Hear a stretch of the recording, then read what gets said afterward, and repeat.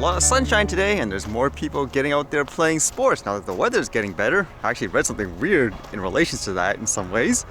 Well, the first thing I read today, how about this one? You've heard of the company Zipline really taking off in terms of things like drone delivery. Now they're kind of releasing it, by the sounds of it, a smaller one.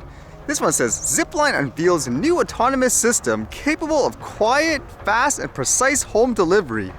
Zipline today unveiled its new platform that provides quiet, fast, and precise autonomous delivery directly to homes in cities and suburbs. The company's next-generation home delivery platform is practically silent and is expected to deliver up to 7 times as fast as traditional automobile delivery, completing 10-mile deliveries in about 10 minutes. That's quite a statement, saying it's, quote, silent. It says Zipline has spent the last several years building and fine-tuning its next-generation technology platform too, to provide an optimal customer experience at scale. Unlike other drone delivery services, Zipline drones fly more than 300 feet above the ground and are nearly inaudible. When the Zip arrives at its destinations, it hovers safely and quietly at that altitude, while its fully autonomous delivery droid maneuvers down a tether, steers to the correct location, and gently drops off its package to areas as small as a patio table or the front steps of a home. This is all made possible through major innovations in aircraft and propeller design. So in the videos, they show you, I suppose, the concept and also what the drone itself looks like, but that's kind of, again, a big statement saying it'll be completely silent and all that. It says each P2 Zip has a 10-mile service radius while carrying a 6 to 8 pound payload for out and back deliveries from a single dock.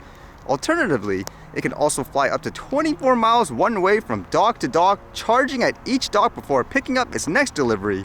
Because Zips can move from dock to dock, Zipline can dynamically respond to peak order times, ensuring there's enough delivery capacity for an urgent prescription delivery or a busy Friday pizza night or a weekday lunch rush.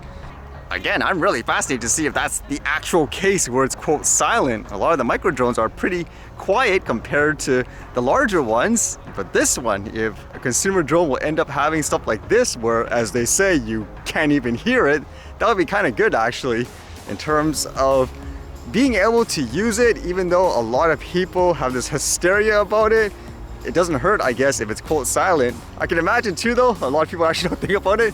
Sometimes to determine where your drone is, you actually listen to it. So will that actually affect you in operating it too, in terms of awareness, in terms of where it is and all that? I can see it now too, in terms of people actually using that as a negative for more regulations. Oh no, I can't hear the thing anymore, so who knows, it could be anywhere. Now you need to track them all as well. I can actually easily see that too, people saying that.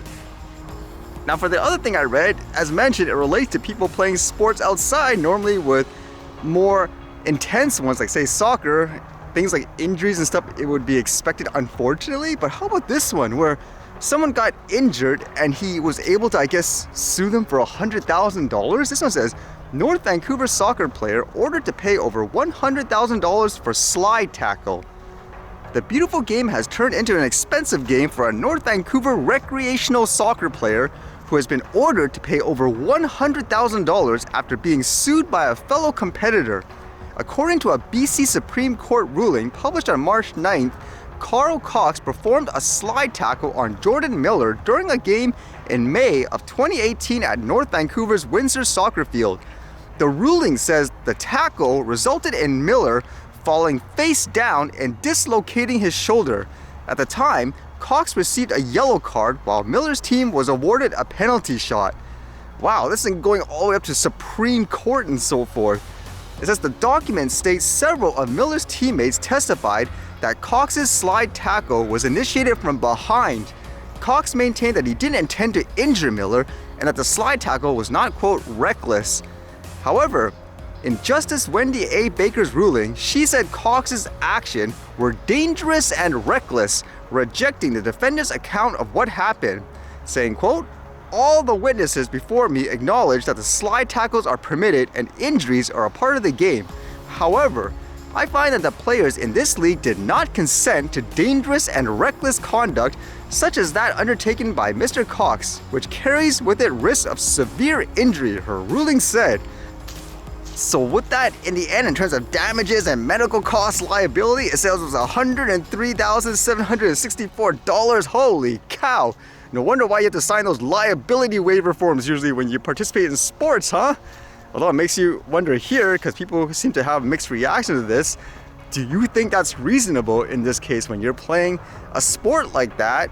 If you get injured for whatever reason, do you think the person should be held liable like this for over $100,000?